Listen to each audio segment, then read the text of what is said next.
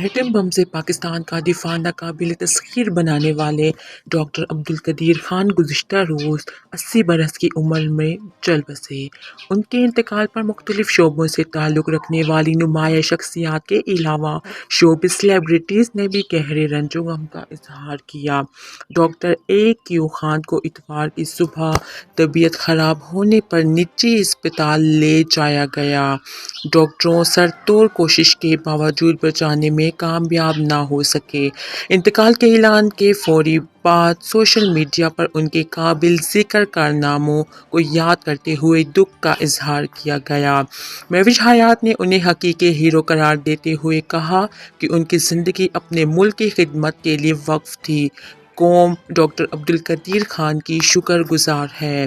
ہبہ بخاری نے لکھا، عمر شریف کے بعد ہم نے ایک اور قیمتی انسان کو کھو دیا۔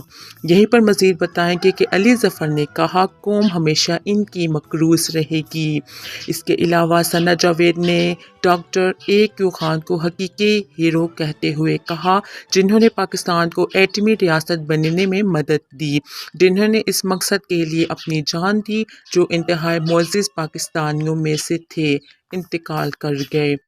عدنان صدیقی نے ان کے بلند درجات کے لیے دعا گو ہوتے ہوئے لکھا، صرف ڈاکٹر عبدالقدیر خان کی وجہ سے ہی ہم ایٹمی طاقت بنے۔ محسن پاکستان کو ہمیشہ کے لیے خدا حافظ۔ صبا قمر نے لکھا، آپ کی خدمت کا شکریہ۔ اظہار افسوس کرنے والوں میں عمران عباس، احسن خان، خالد انم اور مینال خان بھی شامل ہیں۔